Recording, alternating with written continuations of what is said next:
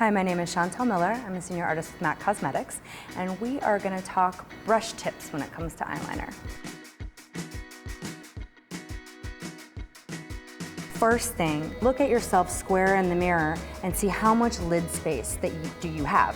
See, I can fit this brush right in here on her eye, and I will see almost an equal amount of skin space on the opposite side of that liner. So we've already looked at the 210. This brush is good to have because it gets into the little inner corners of the eye really easily. Also, if you close for me, this little guy can be used to kind of get in between the lash line.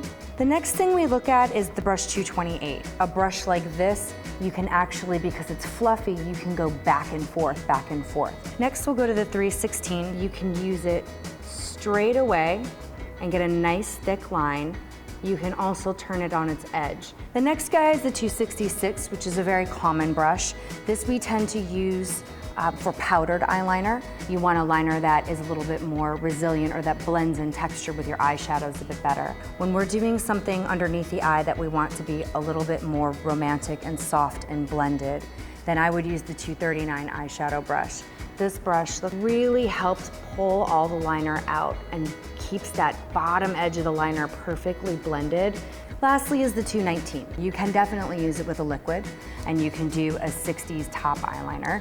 You can use it with eyeshadow below, and you can get something that's a little bit stronger than what we have on Laurel right here.